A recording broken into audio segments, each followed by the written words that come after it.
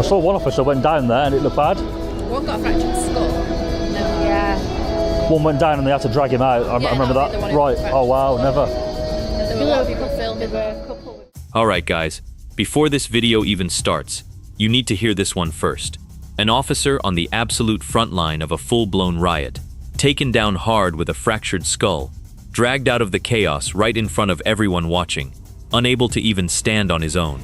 This entire video is packed, from start to finish, with real police confrontations, drunken street chaos, hidden threats caught on camera, and raw, unfiltered stories straight from the officers and locals who actually lived through it firsthand. Trust me, this is one of those videos where every single part hits harder than the last. So stick around till the end, because it only gets crazier and more intense from here. Oh, our man is he's being escorted this time.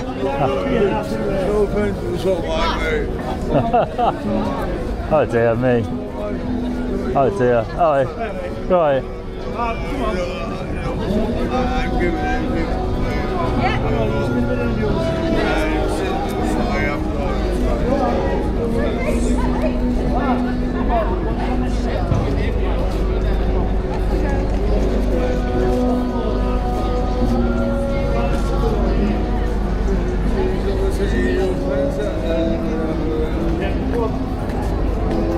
That's not open to audience. Go on.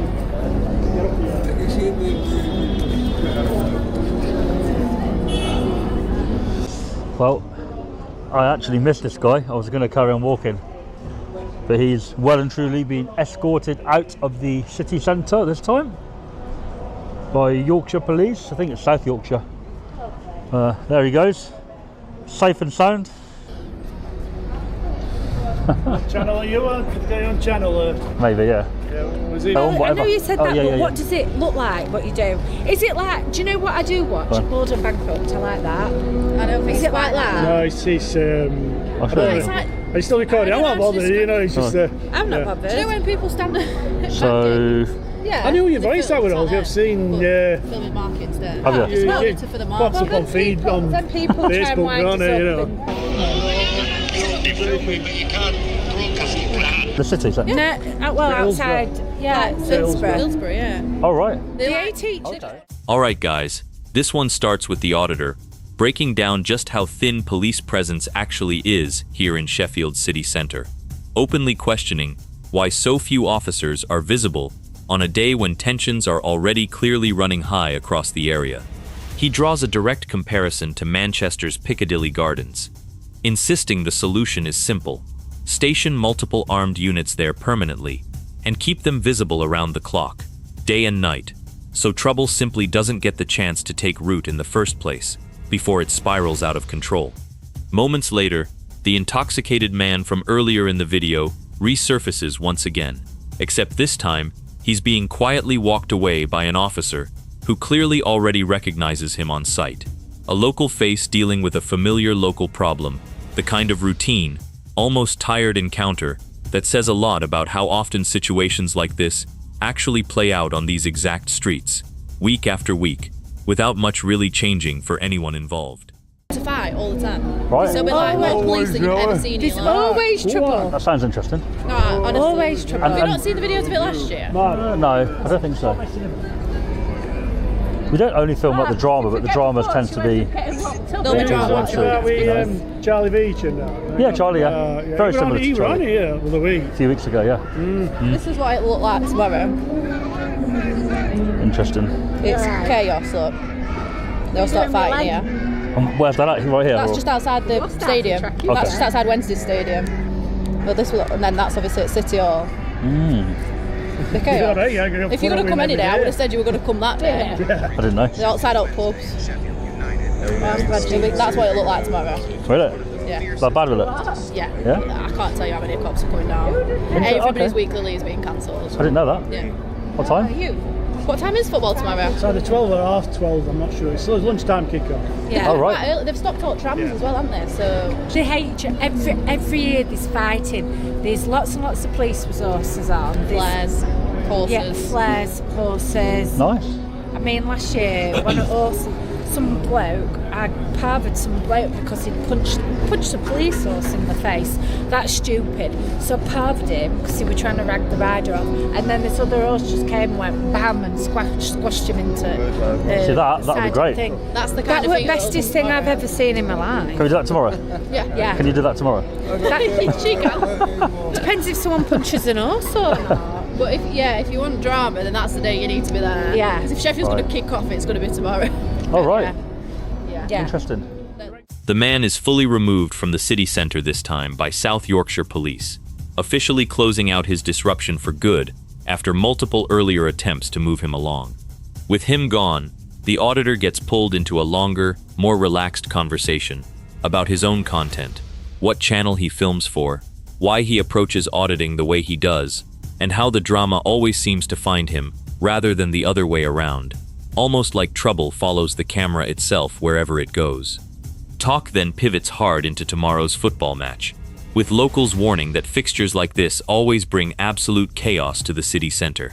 Entire shifts across nearby businesses reportedly getting cancelled in anticipation of what's coming the next day. One story stands out above the rest. A man from last year who actually punched a police horse directly in the face during the madness, only to get flattened seconds later by a second horse charging in from the side, described by those present as one of the wildest, most satisfying things anyone on scene had ever personally witnessed with their own eyes.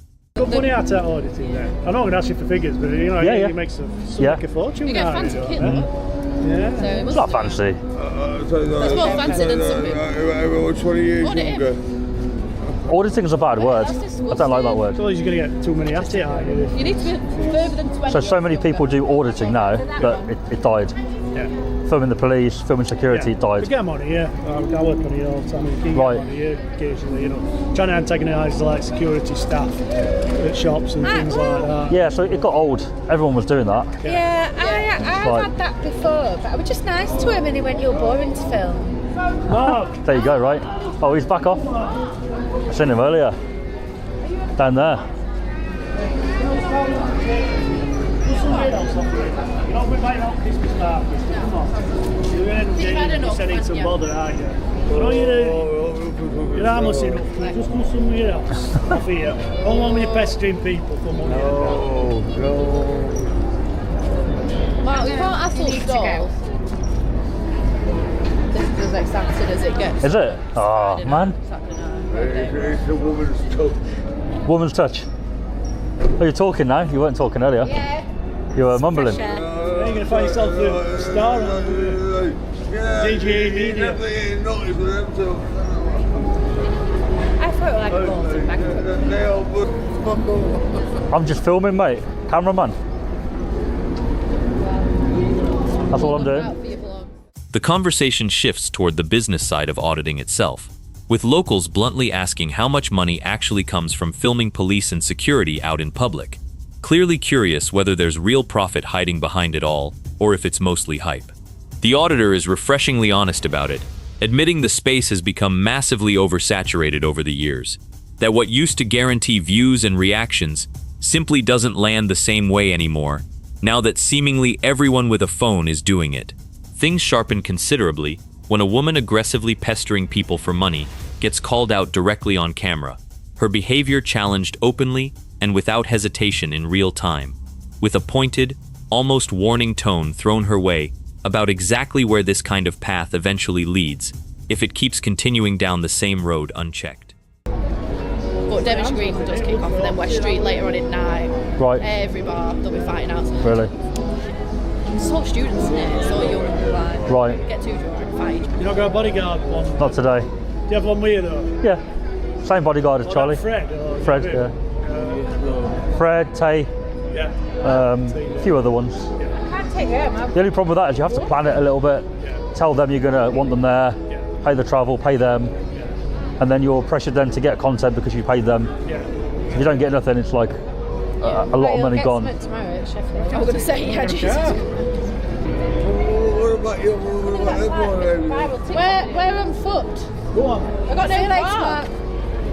Can't take you home. I've got no car. If I had a car, I'd take you, but I don't. Right. Technically, yes, we're on the street more, but there's not more police. That happened in Leicester. So Home Office. It's all that, yeah. It will happen everywhere because their manifesto, they're promising to put cops back in communities and this, that, and other, and extra police, but it's not. It's just a move about. Right. Because I'm from Doncaster usually. Oh right, interesting. Holly's from Sheffield. Holly's from Rotherham. Rotherham. We need Rough there, isn't it? We need to be visible in Sheffield. So, Okay. So you got the Holiday Inn Express, or the Holiday Inn doing it, I think, by the river. I don't know. Oh, you don't know? I don't. Oh, there's one down there. Yeah. Because I'm Donny based, and where I usually work, I work in domestic abuse. I'm one of the sergeants that. Oh, nice. do Well, that. not nice, but. Talk turns toward West Street, described by locals as a guaranteed flashpoint, the moment the bars empty out late at night, with fights reportedly breaking out on a near weekly basis, without fail, rain or shine.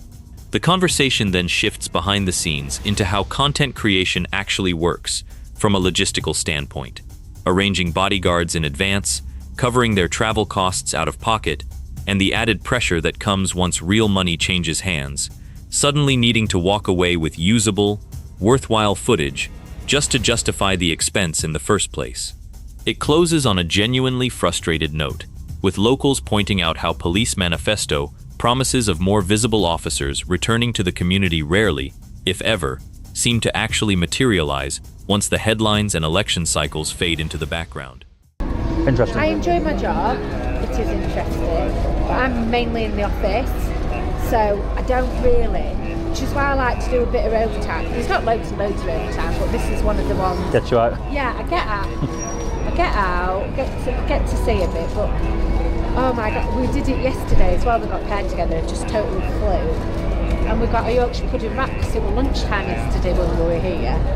The looks that we had for eating, and I'm like, well, we could just asked them if we're allowed to eat, didn't they? Yeah, we could take it back to the police station and not be here.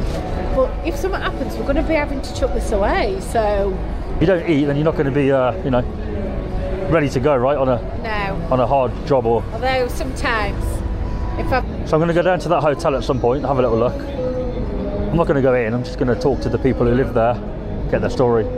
Some of them come out with some crazy stories, like. I think some of them are scripted. I think there's some information that some of them are scripted. Of course. I know they've done recently, but I'll not say where, like a warrant, where they found some books and it were guides of what to say when coming into the country. Interesting. Lots of stuff like that. Because so many people film it now that End up falling out with security and that.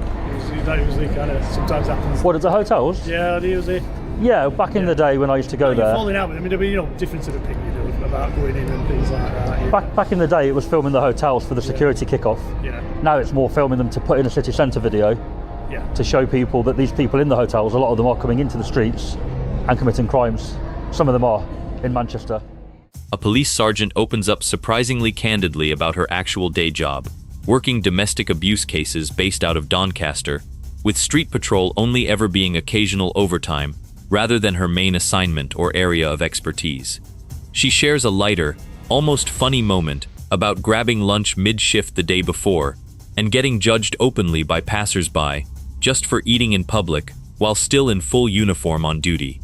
The tone shifts hard and fast the moment the migrant hotel comes up in conversation, with a genuinely serious claim surfacing that some residents' stories may not even be genuine at all, but rather rehearsed and coached in advance before being told to officers, journalists, or cameras looking for answers. It's predominantly people in the HMOs or the hotels doing it. So we speak to them first and say, oh, where are you from? How did you come over? Yeah. And then the week after we see that same person being arrested or something. So we can put the story together and show they're here and here they are again. That's interesting. They're not all bad. We spoke to them who are good people, It's you know. just like anybody, good people and bad people. Like cops, there's some nice ones, there's some arseholes. So who's the arsehole? Me. Okay, sergeant. So, Yeah. I would have said me. Yeah. Just come do by it. Try not to get in trouble, but I do. Try not to go viral. Don't put that in your video. Okay. I don't put it all in. Some of it's like He'll edit boring, it isn't it? down to... Usually. I don't need my face plastered on YouTube again. Well, you've been on YouTube before? Yeah. Have you? I don't know what it when they were rioting in Rotherham. I'd rather you not put me in. See, I was at that. Oh, yeah. Well, I was filming. I wasn't rioting, Oh, but I was thanks for there clarifying that, yeah. for that. Yeah. That was a crazy. Where the fire got lit. Yeah, Oh, you were there. yeah, stood right at the front. What were you doing in full?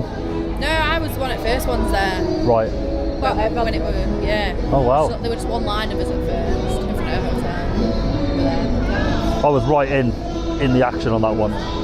That footage was crazy. I can imagine. And some of you guys got like a hard time on there. Yeah. Like really like. So the angle. There's a lot that have got like that have like PTSD and mental health problems and are off sick. From that? They got really injured. Yeah. Yeah. Really injured. I saw one officer went down there and it looked bad. One got a fractured skull. Never. Yeah. One went down and they had to drag him out. I remember that'll be the that. one who Right. got Oh wow. fractured Never. The officer explains in detail exactly how hotel filming has evolved over recent years. No longer about deliberately triggering confrontations with security like it used to be, but now focused on quietly documenting residents on camera, only to later connect those same faces to crimes committed elsewhere across the city, days or even weeks afterward. She's careful to note that not everyone inside the hotel is a bad person, comparing the group fairly to any cross-section of society, some good, some genuinely not, just like anywhere else. The conversation then turns noticeably heavier and more serious, shifting directly into the riot itself, referencing an officer left with lasting, visible injuries from that violent, chaotic day that clearly still weighs on her. There were a lot of people filming. There were a couple with broken bones and stuff, cops, weren't they? But I mean, you know, like that when they were in line in front of they went along the front and it's like, why On the road? That? No, in front of the hotel. Oh, right, yeah. Like, oh, why are you doing that? That's because With the Rotherham one, my concern was if the hotel had actually gone up in flames, they would have had to evacuate it, which in that situation would have obviously been a complete disaster. Oh gosh. Like, Yeah. Like that video you showed us, that looked ridiculously clear, like high tech. that would be mostly on the phone. Really? Yeah. Surprising. Film it on the phone. That on the video camera's good. Oh, it looks good that. you can That's obviously better than any video. you can zoom in, can't you, on the phone, right? What Wow. phone is that then? That's That's a a brand new 17, one, isn't it? 17 Look how Pro. clear that is. But on that, you can't. It's just a wide angle. You can't zoom in and out. That looks really clear. I just like whatever phone I get that I think, oh, this is a good camera. It just never looks like that. See how clear it is. What phone is it? 15. See, mine always looks because my things always. See there, you got it on HD. So now it's 4K. Oh wow, look at the difference that's just made. I don't know if it'll make a difference on the screen, but on the actual file, it'll be 4K. So that must be the best camera yet on a phone. I've not seen one that good. Really? No. The Samsung. We don't get out much. No. One Day in Southport, Yeah. Channel 4. Was it? That was good. They interviewed me for that and bought the footage for the. Oh, It was really nice. good. It was like there's so much to the story that you didn't realise. That was a crazy day. Do That you was. see what's on that news system, don't we? That's like set it out and all the families. So what are you two? Are you two walking around tonight or? The officer recalls the riot in disturbing, first-hand detail, describing a colleague who went down that day with a fractured skull, alongside several others left with broken bones during the sheer, overwhelming chaos of it all unfolding around them. She reveals what actually kept her awake that night wasn't even the crowd itself, it was the very real, terrifying possibility of the hotel catching fire, with no safe or realistic way to evacuate everyone trapped inside in time before disaster struck. A sobering, completely unfiltered reminder of just how close that entire night genuinely came to becoming a full-blown catastrophe rather than just another headline scrolled past the next morning. Make sure to like the video and subscribe to the channel, and we'll see you in the next one.